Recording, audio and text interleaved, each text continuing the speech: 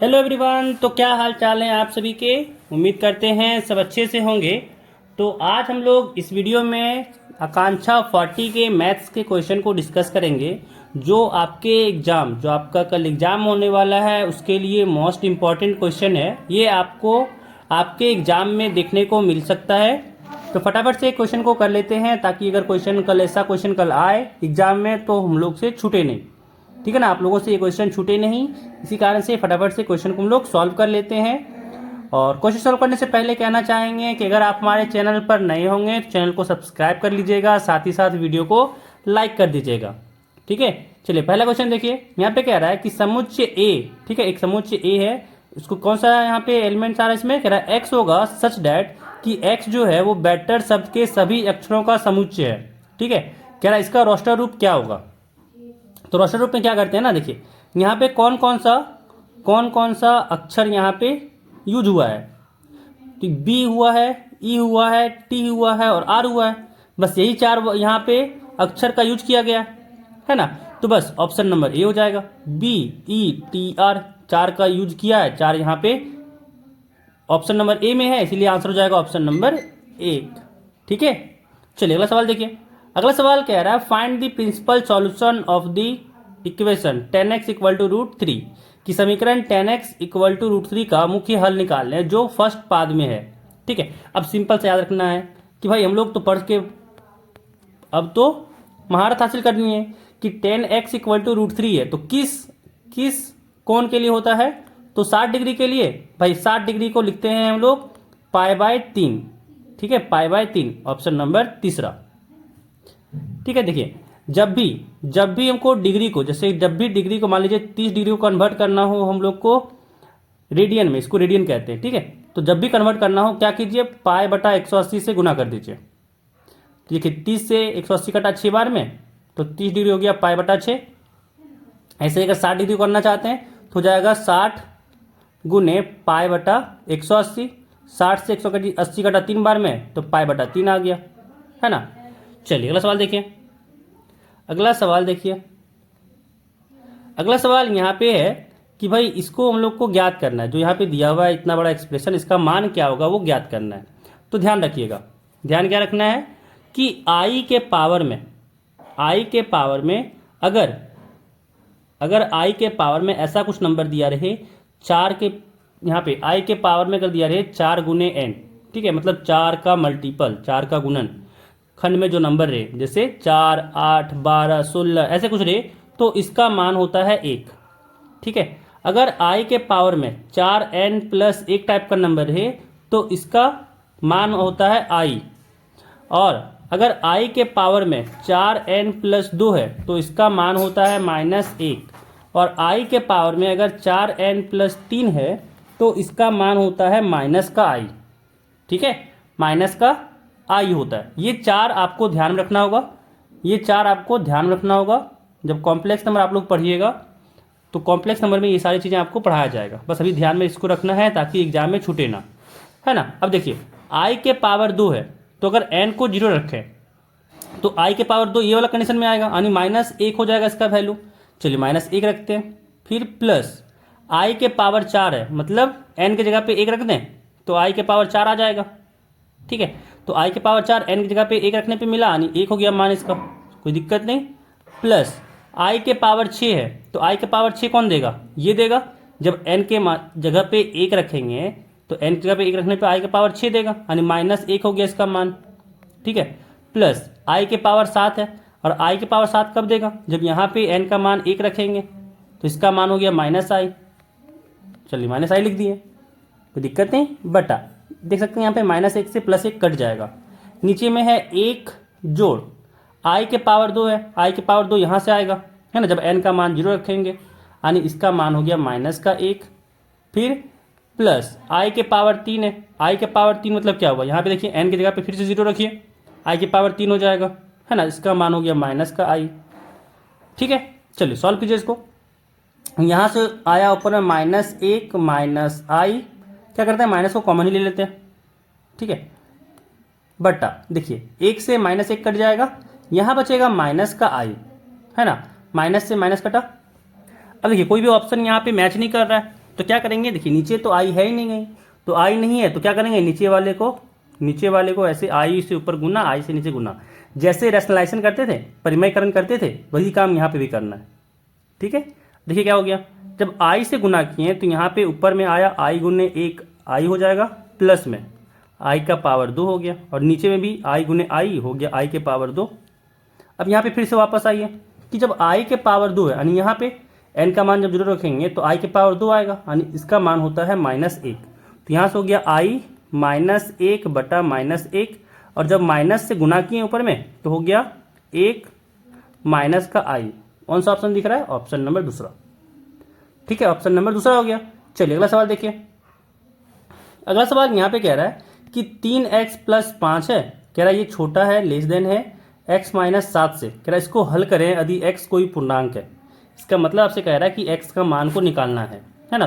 Simple सा, जैसे आप लोग समीकरण को सॉल्व करते थे वैसे ही यहाँ पे इसको सॉल्व करना है। क्या हो जाए, देखिए 3x + 5 है, क्या करते हैं, यहाँ पे है x - 7 से ये छोटा, क्या करेंगे, तो x वाले को एक तरफ, बिना x वाले को एक तरफ, तो यहाँ से हो गया 3x - x, जो छोटा है -7, फिर माइनस, प्लस में 5 था उधर गया तो माइनस में 5 हो गया।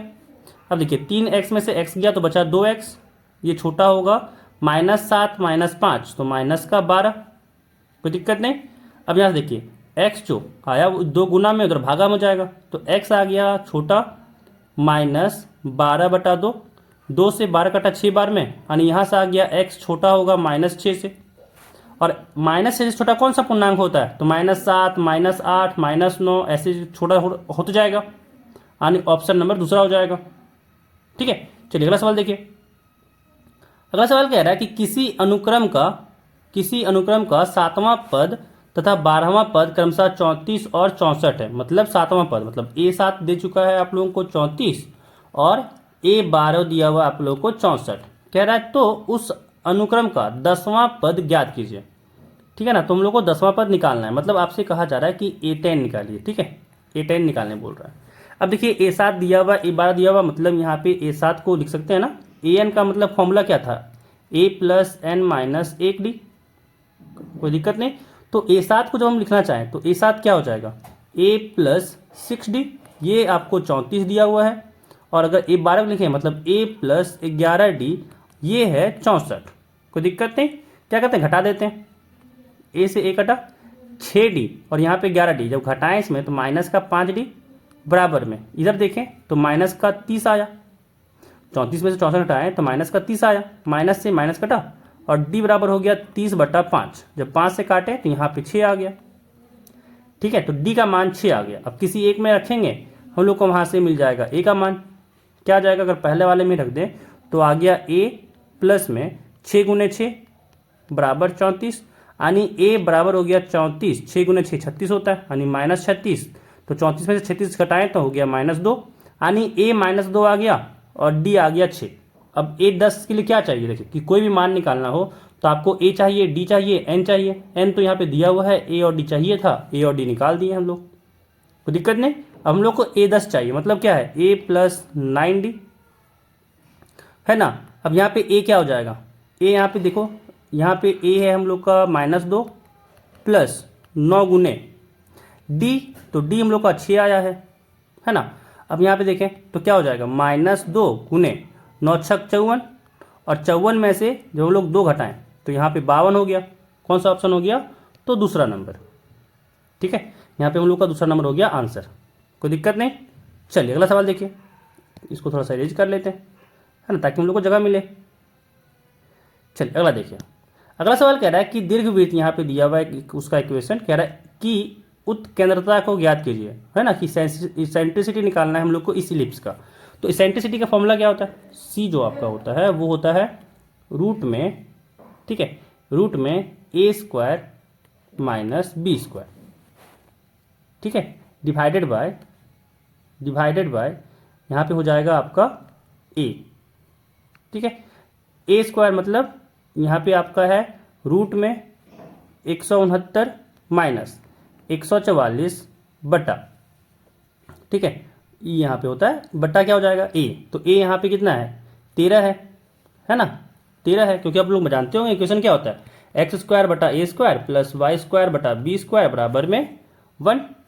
अब देखिए 169 में 144 घटाएं तो बचा 25, यानी यहाँ पे हो गया रूट का 25 बटा 13 और रूट 25 होता है 5, यानी यहाँ पे हो गया 5 बटा 13। ऑप्शन नंबर दूसरा। ठीक है, ऑप्शन नंबर दूसरा। चलिए अगला सवाल देखिए। अगला सवाल कह रहा है कि express 75 degree in radian measure. ठीक है, 75 डिग्री को हम लोग को लिखना यहाँ पे रेडियन में मीजर करना है। तो देखिए क्या बताएं, जब भी हम लोग को बताइए थे ना कि जब भी हम लोग को रेडियन में कन्वर्ट करना हो डिग्री को तो हम लोग पाई बटा 180 से गुना कर देंगे। ठीक है, पाई बटा 180 से हम लोग गुना कर देंगे, काम खत्म, है ना। देखिए 75 और 180 काटना है तो ये तो 15 से कटेगा, 15 पचे 75, 15 12 है 180, यानी यहाँ पे आ गया 5 पाई बटा 12। ऑप्शन नंबर पहला। ठीक है, 87 का ऑप्शन नंबर हो गया पहला। अगला सवाल देखिए। अगला सवाल यहाँ पे हम लोग को इसका मान निकालना है। ठीक है, यहाँ पे इसका जो दिया हुआ है इसको मान निकालना है। क्या करते हैं, तो देखिए जो आपका यहाँ पे न्यूमरेटर है अंश है और जो यहाँ पे हर है दोनों में कॉस 20 डिग्री से भागा देते हैं। फायदा क्या होगा बताते हैं अभी। देखिए यहाँ पे cos 20 degree plus sign 20 degree बट्टा में कॉस 20 डिग्री होगा। ठीक है, फिर यहाँ पे होगा कॉस का 20 डिग्री। ठीक है, कॉस का 20 डिग्री, फिर माइनस साइन का 20 डिग्री बट्टा यहाँ पे भी आ जाएगा कॉस का 20 डिग्री, है ना। अब देखिए अलग अलग जब करें तो देखिए कॉस यहाँ पे हो जाएगा 20 डिग्री बट्टा कॉस 20 डिग्री, फिर प्लस साइन का 20 डिग्री बट्टा कॉस का 20 डिग्री बट्टा यहाँ पे आएगा कॉस का 20 डिग्री बट्टा कॉस का 20 डिग्री माइनस साइन का 20 डिग्री बट्टा कॉस 20 डिग्री। देखिए कॉस से कॉस कटा, कॉस से कॉस कटा, यहाँ पे हो गया 1 और साइन बटा कॉस ये 10 हो गया, यानी 1 प्लस 10 20 डिग्री बटा यहाँ पे हो गया 1 माइनस 10 का 20 डिग्री। कोई दिक्कत नहीं, कोई दिक्कत नहीं। अब देखिए एक को क्या लिख सकते हैं हम लोग, tan 45 डिग्री, है ना। tan 45 degree plus tan 20 degree तो है ही, है ना। और फिर यहाँ 1 माइनस, अब देखिए tan 20 डिग्री है तो कुछ नहीं यहाँ पे गुना में तो 1 लिख ही सकते हैं, है ना, क्योंकि tan 20 डिग्री गुना 1 करेंगे तो tan 20 डिग्री ही वापस आएगा। तो यहाँ पे एक फ़ायदा लेकिन हो जाएगा कि 1 के जगह पे हम लोग लिखेंगे tan 45 डिग्री गुने tan 20 डिग्री तो है ही। अब ये क्यों किए, तो यहाँ पे हम लोग एक फॉर्मूला पढ़े रहते हैं, आप लोग एक फॉर्मूला पढ़िएगा कि tan a प्लस बी का जो फॉर्मूला होता है वो होता है tan a plus tan b बट्टा 1 माइनस में tan a tan b, ये फॉर्मूला होता है ना। तो इसी फॉर्मूले में यहाँ पे अगर जब रखें तो ये क्या हो जाएगा, tan 45 डिग्री प्लस 20 डिग्री हो जाएगा। देखिए ये a प्लस बी का तो फॉर्मूला ही है, tan a प्लस बी का ही तो फॉर्मूला है ये, यानी यहाँ पे इसका मान आ गया tan 45 प्लस 20 हो गया आपका 65 डिग्री, है ना। ऑप्शन हो गया यहाँ पे पहला। ठीक है, चलिए अगला सवाल देखिए। अगला सवाल यहाँ पे कह रहा है कि एक्स स्क्वायर प्लस 2 है बराबर 0 है, तो इसको हल करना है ना। तो याद रखिएगा कि जैसे ही एक्स स्क्वायर प्लस 2 बराबर 0 दिया हुआ है ना, ऐसे समझना है आपको कि एक्स स्क्वायर प्लस ए स्क्वायर बराबर 0 है, तो इसको कैसे सॉल्व करते हैं। तो यहाँ हो जाएगा एक्स स्क्वायर बराबर माइनस का ए स्क्वायर, यानी एक्स बराबर हो गया प्लस माइनस रूट में माइनस का ए स्क्वायर, है ना। और ध्यान क्या देना है, ध्यान ये देना है कि रूट ओवर माइनस 1 ये होता है आयोटा, रूट ओवर माइनस 1 ये होता है आयोटा। अब देखिए इसमें अगर देखा जाए तो क्या हो जाएगा, प्लस माइनस रूट में ए स्क्वायर गुने में रूट माइनस 1 लिख सकते हैं, है ना। कोई दिक्कत नहीं, इसमें कोई दिक्कत ही नहीं होगा, माइनस 1 तो बाहर लिख सकते हैं ना, रूट ए गुने ए रूट बी में। अब यहाँ से आ गया प्लस माइनस, देखिए ये तो ए रह जाएगा क्योंकि ए स्क्वायर का रूट करें तो ए आएगा, लेकिन रूट माइनस 1 जो है ये बन जाएगा आई, मतलब प्लस माइनस ए आई हो गया, है ना। वैसे अगर इसको यहाँ पे देखें तो क्या हो जाएगा, X square equal to minus 2 है, यानी एक्स इक्वल टू क्या होगा, प्लस माइनस रूट में 2 और साथ में आई होगा, है ना। तो ऑप्शन हो गया पहला। ठीक है, चलिए अगला सवाल देखिए। अगला सवाल कह रहा है find the RH term in the expansion of 1 plus x के पावर एन, है ना, कि 1 प्लस एक्स के पावर एन के प्रसार में आठवां पद ज्ञात कीजिए। आठवां पद निकालना है हम लोग को। ठीक है, आठवां पद अगर देखिए बात किया जाए, देखिए अगर इसको हम लोग एक्सपेंड करें 1 प्लस एक्स के पावर एन को एक्सपेंड करें, ध्यान रखिएगा, तो यहाँ पे होता है एन सी 0, ठीक है, एन सी 0 1 के पावर में n गुने x के पावर में 0। ठीक है, अब यहाँ पे अगर अगला टर्म देखें तो होता है NC1। ठीक है, अब 1 का पावर दिखने से कोई फायदा नहीं है, x के पावर में 1 होता है। जैसा आता है वैसा देखिए, दूसरा पद rth टर्म कह रहा है ना, ये सेकेंड टर्म है।